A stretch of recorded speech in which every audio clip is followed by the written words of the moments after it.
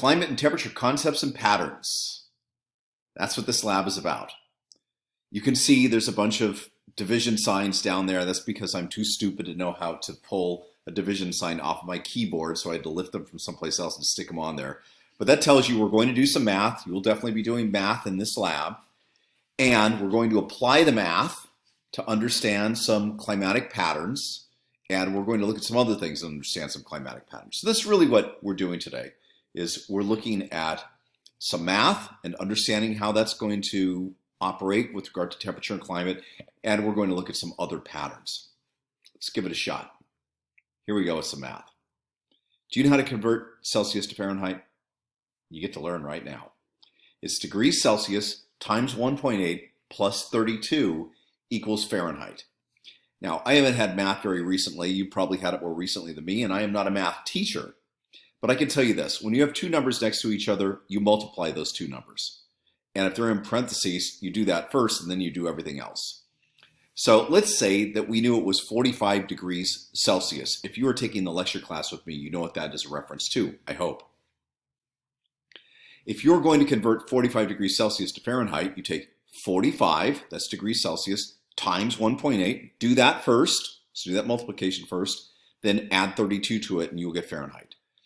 45 times 1.8 is 81, plus 32 is 113 degrees. Pretty hot.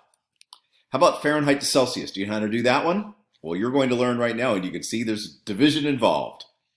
You take degrees Fahrenheit minus 32. Notice that's in a parenthetical, so you're going to do that first. Whatever number you get out of that, then you divide by 1.8 equals Celsius. Let's give it a shot. Let's say we knew that it was 68 degrees Fahrenheit and we wanted to convert that to Celsius. We take 68 minus 32. We do that first because it's in the parenthetical.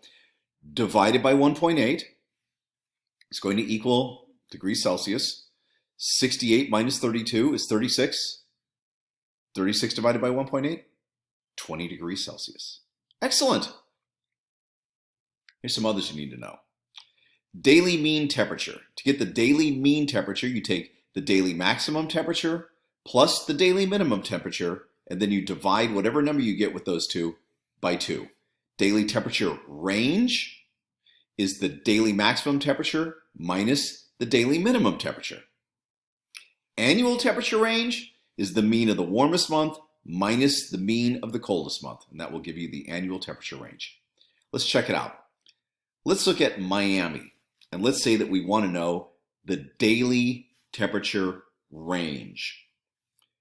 And we knew that the daily maximum was 84 degrees and the daily minimum was 72 degrees. We just take 84 minus 72 is 12. That would be the daily temperature range.